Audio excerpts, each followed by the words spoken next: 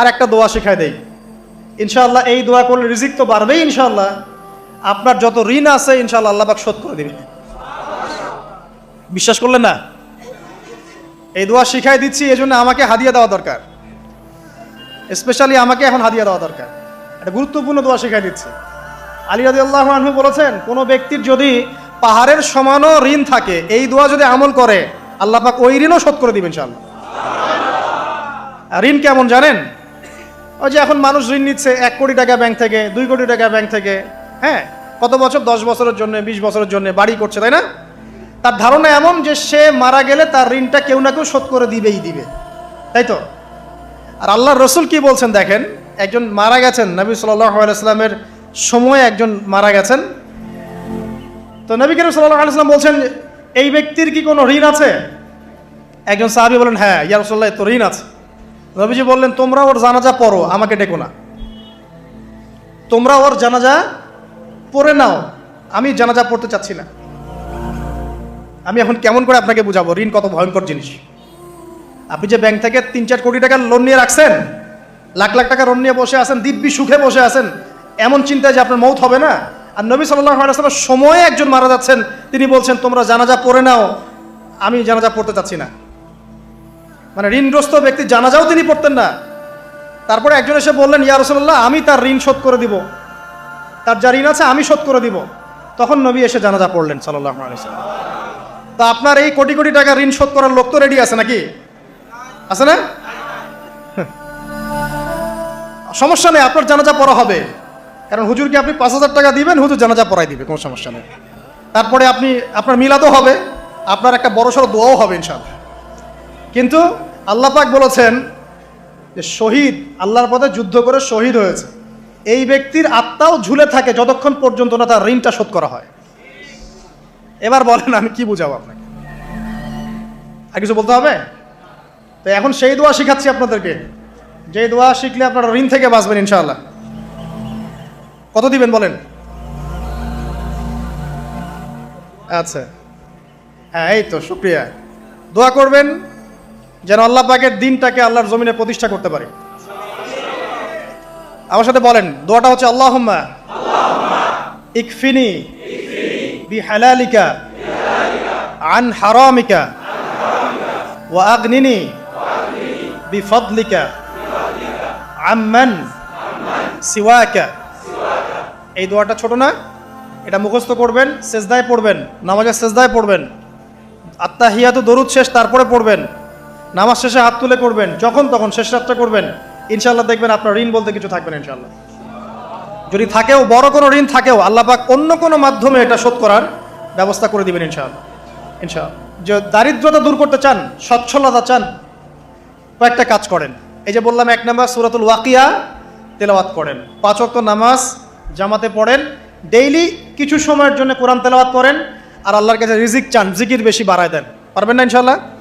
আমার জীবনে এমন ঘটনাও ঘটেছে, এটা এখন গল্পটা মনে পড়ে গেল তাই বলছি, যে 1,20,000 টাকা ঋণ আছে আমার, শোধ করার কোনো অপশন নাই আমার কাছে। আমার চোখে ধরা পড়ছে না যে 1,20,000 টাকা আমি কেমনে দিব। কি হলো, হঠাৎ করে আমরা একটা সার্কুলার দেখলাম যে সারা বাংলাদেশে ইসলামিক ট্যালেন্ট খোঁজা হচ্ছে। 2000 এটা মনে হয় 17 কি 18 সালের কথা, হ্যাঁ 18 না, আচ্ছা 18। তো হ্যাঁ, আলোকিতকে। তো এখন আমার ওয়াইফ বলছেন যে আপনি এটাতে অ্যাপ্লাই করেন। তো আমি অ্যাপ্লাই করবো, এটা তো আলেম ওলামাদের প্ল্যাটফর্ম, আমি এখানে জেনারেল থেকে আসা মানুষ কেমন করে কি। তো সে বলছেন না, আপনি পারবেন ইনশাআল্লাহ, আপনি পড়াশোনা করেন, ইনশাআল্লাহ পারবেন। তো আমি দেখছি আগে প্রাইস কি আছে, কষ্ট তো করবো, আগে দেখি পুরস্কারটা কি। তো পুরস্কারটা দেখছি যে একটা ওমরা করাবে। ওমরা করা তো যে কারোর জন্য একটা মানে স্বপ্নের ব্যাপার না, ওমরা করা তো সবাই আমরা খুব পছন্দ করি। আল্লাহ পাক আমাদেরকে বেশি বেশি ওমরা করার তৌফিক দেখ।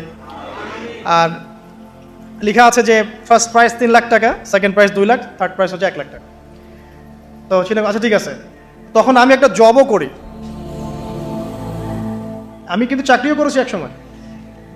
তো এখন জব ছেড়ে দিলাম, জবে থাকলে আমার এখন পড়াশোনা হবে না। তারপর টানা 4 কি 5 মাস দৈনিক 10 থেকে 12 ঘন্টা করে পড়েছি, টানা 4 থেকে 5 মাস দৈনিক 10 থেকে 12 ঘন্টা, নাওয়া খাওয়া সব ওখানেই। আর যতটা সহজ মনে করছেন আসলে কিন্তু প্রতিযোগিতা অত সহজ নয়। আসলে যে কোনো জায়গা থেকে প্রশ্ন আসতে পারে, আকিদা, সিরাত, ইতিহাস, এটা ওইটা অনেক টপিক, প্রায় 36টা বিভাগ আছে। তো আলহামদুলিল্লাহ কীভাবে জানি আস্তে আস্তে উঠতে পারলাম। গিয়ে দেখলাম যে হ্যাঁ, টিভি রাউন্ডে চলে গেছে। আমি তেমন কিছুই করি নাই, আমি শুধু পরিশ্রম করেছি, আল্লাহর কাছে বেশি থেকে বেশি দোয়া করেছি যে আল্লাহ আমার ঋণ আছে, ঋণ শোধ করতে হবে একটা। এবং আমি চাচ্ছি যে এই প্রোগ্রামের মধ্য দিয়ে দিনের একটা বড় সার্কেল পাওয়া যায়, দিনই প্ল্যাটফর্ম পাওয়া যায়। তো আলহামদুলিল্লাহ আল্লাহ পাকের ইচ্ছায় সেখানে একটা ভালো রেজাল্ট হলো এবং সেখানে ওমরাও করা হলো আলহামদুলিল্লাহ। এবং ক্যাশ তারা খুব তাড়াতাড়ি দিয়ে দিয়েছে। আমি পুরো ক্যাশটা আগে পেয়েই আগে ঋণটা শোধ। এখন এই সময় কিন্তু আমি দোয়াটা করেছি, আল্লাহুম্মা কফিনি বিহালালিকা আন হারামিক ওয়া আগনিনি বিফদলিকা আম্মান সিওয়াক। দেখেন, আমি কিন্তু জানতামও না এমন কোনো প্রতিযোগিতা হবে, আমি সেখানে পার্টিসিপেট করব, ওই ওসিলায় ওমরা করব, ওই ওসিলায় আবার ঋণও শোধ হবে, আমার কিন্তু মাথায় ছিল না। এটাই হচ্ছে আল্লাহ পাকের সেই আয়াত, ওয়া মান ইয়াত্তাকিল্লাহ ইয়াজআল লাহু মাখরাজা। আল্লাহ পাককে যে ভয় করবে আল্লাহ পাক তার জন্য রাস্তা খুলে দিবেন ইনশাআল্লাহ। ওয়া ইয়ারযুকুহু মিন হাইসু লা ইয়াহতাসিব, এবং এমন উৎস থেকে আল্লাহ পাক রিজিক দিবেন যেটা সে কল্পনাও করতে পারে না। এটা আল্লাহ পাক তাওয়াক্কুল রাখেন। জাস্ট ওই ইসমাঈল আলাইহিস সালামের মায়ের মতো, হাজরা আলাইহিস সালাম ইব্রাহিম আলাইহিস সালামকে বলছেন, আপনি আমাকে এখানে ছেড়ে যাচ্ছেন কি জন্যে? ইব্রাহিম বলছেন আল্লাহর আদেশে। তখন তিনি বলছেন তাহলে আল্লাহ আমাকে ফেলে দিবেন ইনশাআল্লাহ।